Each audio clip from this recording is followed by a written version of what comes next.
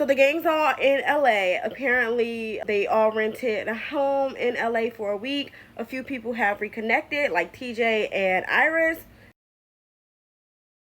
Gag? Yes, I was gagged at that. I wonder if Pepe is going to meet up with Hannah, because I think we all saw it at the end of the Pepe Hannah situation. There was still love there. And then I think when Iris and Pepe got forth, their mask kind of came down, especially with that little awkward moment when they were doing the toast and she was like, "You want to kiss Huda too?"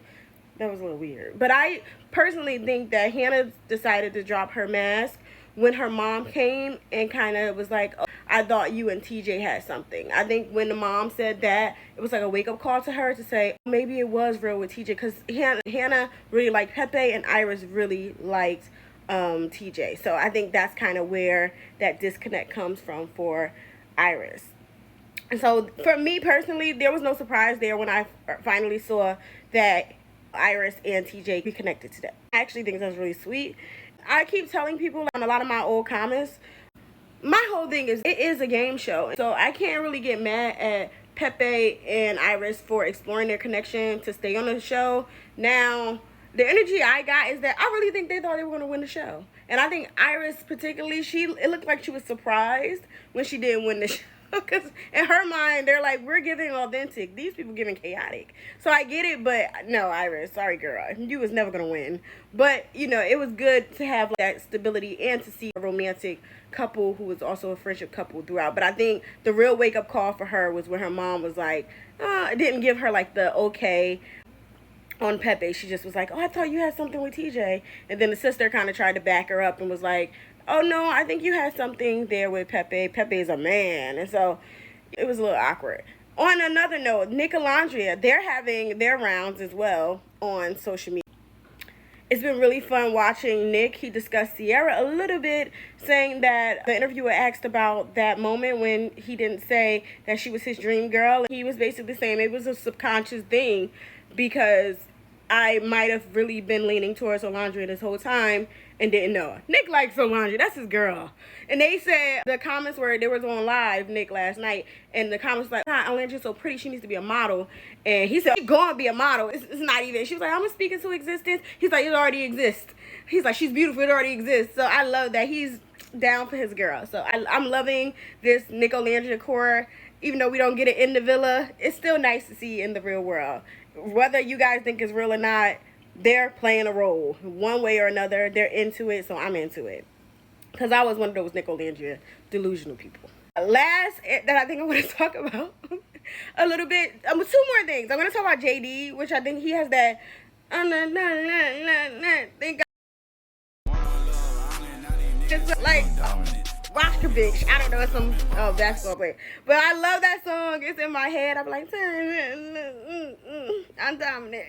Go listen to that one if you have it. He's turning his 15 minutes of fame into 30 minutes. So I love that for him. And then the last thing I want to talk about is Chris. For me, Chris looks like, or don't look like, but he reminds me of Will Smith in that same kind of vein where they like to be the good guy. But at the end of the day, they've done some things. They always tend to make the other person look like the villain in the end. Not saying Huda is not, like, doesn't deserve some responsibility for the things she's done. But I do think Chris could have handled the situation a little better by just letting her go. But here's the thing that I personally feel like why he didn't do that. I feel like Chris was damned if he do, damned if he don't. If he would have dumped Huda, the Huda gang, Huda Rats, Hudaville, Huda Nation, whatever y'all calling yourselves, because there's a lot of different names out there, they would have eaten him alive. They're Pharaoh fans. They're kind of like up there with the Nicki Minaj and the Beyonce. Obviously not. But they have that same energy. They don't care what their mistress does as long as she's happy, essentially. They just want her happy. It can be at everyone's detriment. And I think about it. If he would have dumped her, he would have been the bad guy. If she dumped him, he's still the bad guy. So in his mind, and in my mind as well, it was better that she dumped him and came off like a hero rather than he dumped her and then he comes off as the extreme villain, and all the narratives that he was getting now will be the same. They were going to say he was only there for the money. He never liked Huda. Why would he dump Huda like that? And then, imagine if he dumped her and then didn't walk her across the water. At least he can justify himself by saying, she left me, I was in my feelings. So it kind of gives him some leeway. Not saying it was right how he did it, but I understand the thought process behind what he did there. Because he literally was damned if he do, damned if he don't. And then this is my last little thing about this season, unless some other things come up. But I personally hate this season, particularly as an OG-er, because you guys are so mean as fans. Like, all the years I've ever watched, it's never been this. It ain't never been, like, so nasty. Fans just want to hurt these people. I'm scared for these people.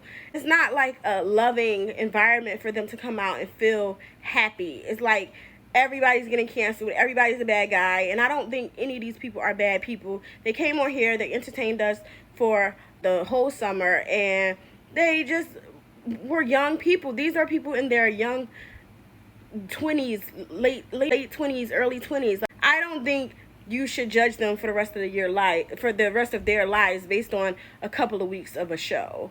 And I don't like how feral and mean some of the fans are being. I think we could be more like UK in that sense, just allowing them to entertain us, go about their business, and then we get people who want to come on and be more open with us next season. But if they see that we're treating fans like this, we're going to get worse and worse. The characters who's really there to just put themselves out there, don't want to actually give a part of them true selves because they're going to be judged so harshly for it. So I think us as viewers should be a little more softer, treat these people a little more kinder for sharing themselves, sharing their lives, and being brave enough to do that with us each and every year.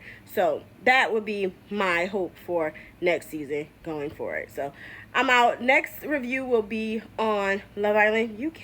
If you're interested, please don't forget to follow me. And also follow my YouTube page where I will be doing weekly lives there as well. Take care. Bye.